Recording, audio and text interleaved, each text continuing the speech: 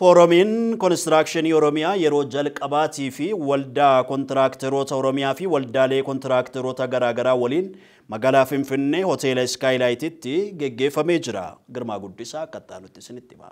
Fooromiin Konistiraakshanii Oromiyaa yeroo jalqabaaf waldaa kontiraakteroota Oromiyaa fi waldaalee kontiraakteroota garaagaraa waliin magaalaa Finfinnee hoteela Skylight'tti gaggeessee jira. Fooromii kanarratti waldaaleen kontiraakteroota qorannoo fi qo'annoo isaanii qooda fudhattootaaf kan ibsan yoo ta'an, fooromiin kun guddina biyya keessatti gumaacha damee ijaarsaa milkeessuufis hanqinaalee mudatan furmaata waarawwaatti kennuuf barbaachisaa ta'us himamee jira. Kaayyoon marichaas walitti hidhamiinsa industirii uumuu, kudhaalee industirichaa keessa jiraniif furmaata barbaadu, ijaarsi bu'uuraalee misoomaa fi kan biroo irratti kan xiyyeeffatedha jechuun Daayireektar Olaanaa Abbaa Taayitaa Konistiraakshanii Oromiyaa Injiinar Naatanaayil Geetahuun himanii jiru. Fooromiin Konistiraakshanii Oromiyaa waggaa waggaadhaan kan geggeeffamu yeroo ta'u, kaayyoon isaas walitti hidhamiinsa qooda fudhattoota industiricha gidduu uumuu, muuxannoo fi beekumsa waliin jijjiiruu, teknoolojii haaraa fi kalaqa damee ijaarsa keessa dhiyeessuu, hudhaalee industirii konistiraakshanii keessa jiru kallattii furmaata kaa'uu fi adeemsa toora xiyyeeffannoo mootummaan gara fuulduraa dabarsu industiricha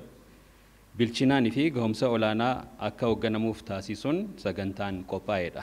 Rakkoo gama piroojeektiitiin jiru furuu fi dhaabbileen konistiraakshanii irratti hordoffii fi mariin ni taasifama jechuun itti aantuun Abbaa Taayitaa Konistiraakshanii Oromiyaa Aadde Leensaa Margaa yaada waliif TV'tti laatteen himtee jirti. Dhaqqabummaa wajjiniin wal qabatee Abbaan Taayitaa Konistiraakshanii abbaan piroojeektii karoora inni qabate kana galmaan ga'uudhaaf hojiiwwan inni akkaataa karoora isaatiin qabate sana hin hordofna jechuudha. Akka Abbaa Taayitaa Konistiraakshiniitti keessumaatii piroojeektiin kun uummata kanaaf hin oola.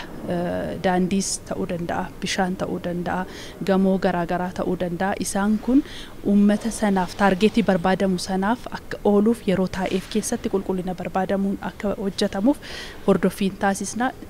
Dhaabbilee kana wajjin illee mari'anna jechuudha.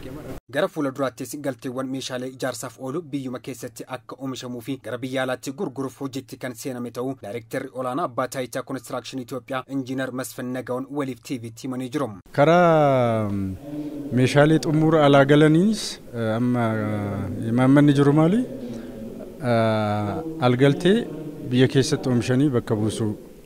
Kana qofa osoo hin ta'in ekspoortii gochuu irratti illee xiyyeeffatamee hojjetamaa jira.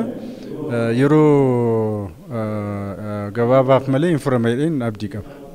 Dhaabbileen dhuunfaa marii kana irratti hirmaatan yaada isaanii waliif TV'f laataniin akka jiranitti namootaaf carraa hojii uumaa jiraachuu fi rakkoon yoo jiraate biiroo konistiraakshanii Oromiyaa waliin mari'achuun furmaatatti kenninaa jechuun dubbatanii jiru. Maqaan kiyya Girmaa Urgeessaan jedhama. Waajjira Subbaa Injiineriing jedhamu irraan dhufee abbaa qabeenyaa fi hojii gaggeessaa olaanaa waajjirichaati.